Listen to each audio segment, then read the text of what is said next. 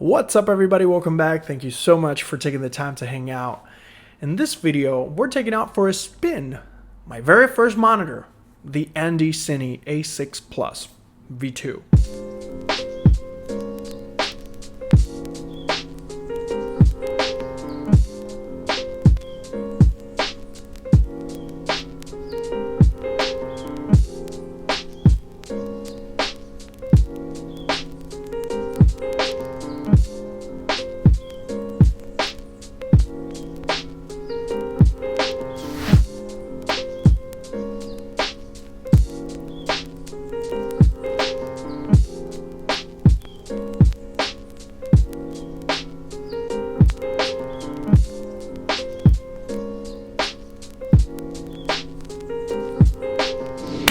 Alright, so good to have you here. Don't forget to hit that like and subscribe.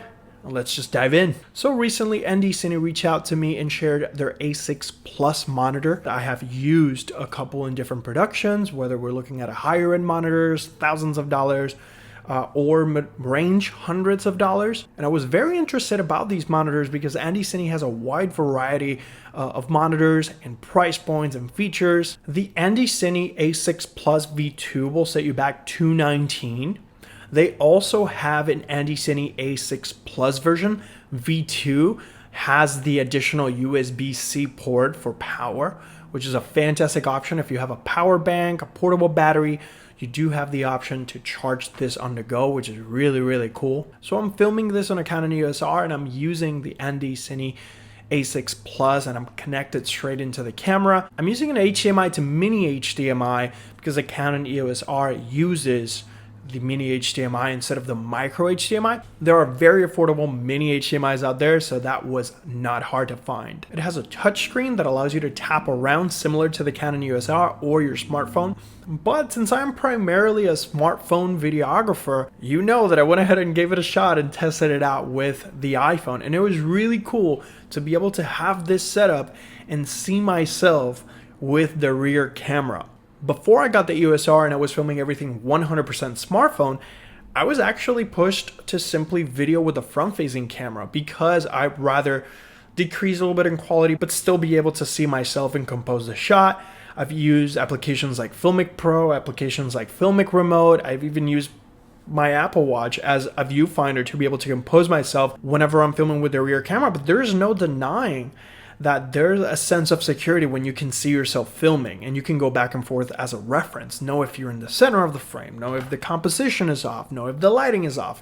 And instead of having to go back and forth, it is so nice to be able to have a monitor that you can use as reference. Know that Andycine A6 Plus can assist in getting professional looking video in the form of waveforms and vector scope. These are incredibly useful when you're trying to achieve a specific color. Applications like Filmic Pro, for example, has some of these waveforms like a histogram and things like that. But this is huge to be able to maintain consistency, not only in exposure, but also colors. So it's really cool that you can actually get these in the monitor even if your camera doesn't have it. Maybe you're plugging in a phone, maybe you're plugging in a different camera. The vector scope and the waveform on the monitor are definitely a really nice thing to have that will assist you get a little bit more professional looking quality. You can double tap to open up the menu.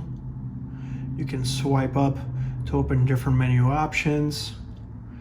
If you swipe on the right side, you increase and decrease the volume, which is really cool.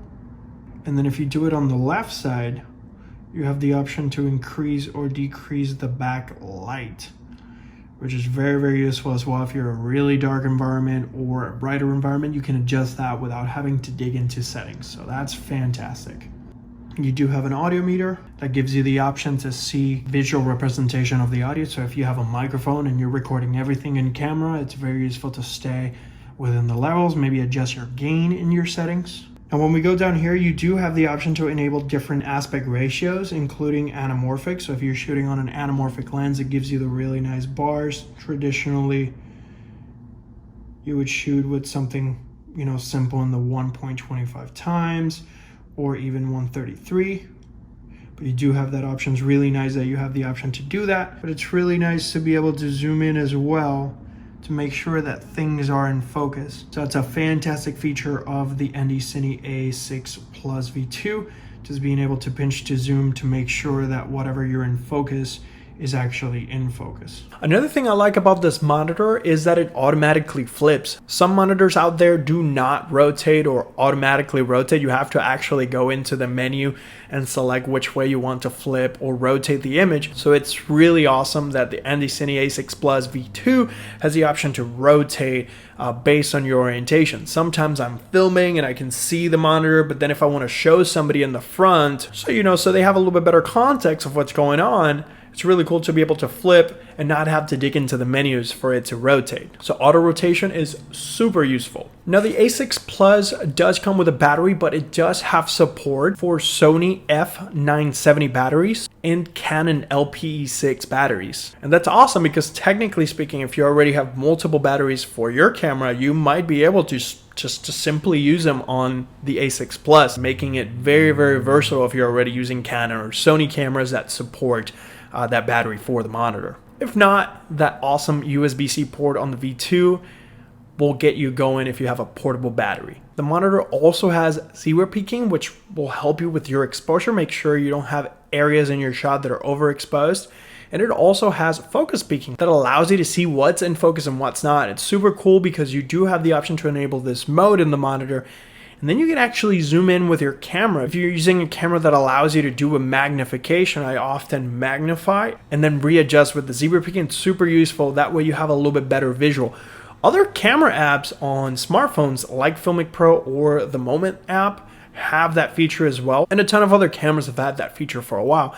So it's super useful that if you do, for example, have a camera that does not have this built in, using zero peaking and focus peaking, it's super, super useful. In the package, you will also find a tilting arm, which is super useful. But if you do have other mounts that you already own, or you're trying to build a gimbal rig or something like that, you do have 1/4" mounts that will allow you to build this as a rig, maybe attach a light, a microphone. Some people will love to use this on a gimbal, and by using the monitor on an arm, that could be also a fantastic option. If you're using a tripod and you're consuming the hot shoe of your camera, then being able to mount a light or a microphone on top of the monitor is also a fantastic option. So it's really cool to be able to position the monitor in multiple different ways, not only horizontal, but you do also have the option to put it vertical if you really need to, which is really cool. And last but not least, one of my favorite features of the Andycine A6 Plus is the fact that it has LUT support. So if you have LUTs or lookup tables, you can actually import them using an SD card, and it's really cool and useful because you can get really close to what the final product's going to be looking like with your LUT. In this case, I'm filming this in C-Log with my Canon EOS R, but if I was filming, for example, in Filmic Pro on my iPhone, they do also have the option to film in a version of log. If you're using any flat profile, it's really cool to be able to see the final result. That way you can make some tweaks in camera as far as your exposure goes.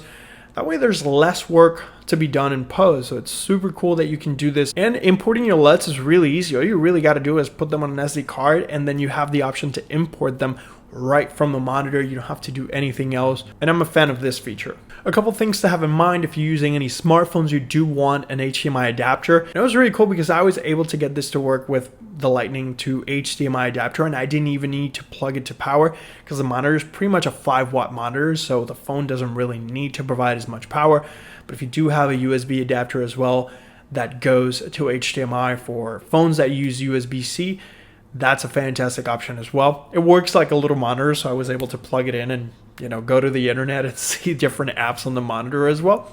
But when you switch over to different camera apps, it might give you a little bit bigger viewfinder, and instead of buying a big phone, it's really cool because you can keep the phone you have, use a monitor for you to be able to use it as a viewfinder to see yourself, or have a better visual if you're using a gimbal or are filming someone else. Now, I have personally seen a lot of people that have a little bit of a challenge with the glossy screen. I personally like the glossy surface, but I do understand how this might bring a lot of reflection if you're trying to film and there's a lot of light, or if you're outside and the environment's very bright as well. I can see how the reflection from sky, trees, or things around might make it a little bit challenging to see the monitor, but I personally haven't had that much challenge in that department because the monitor does come with a portable sunshade. It's very easy to apply. It's kind of Velcro around, it's like a higher grade Velcro, and you just pretty much apply it towards the edges with the frame. If not, you can just rock it without the frame and without the shade.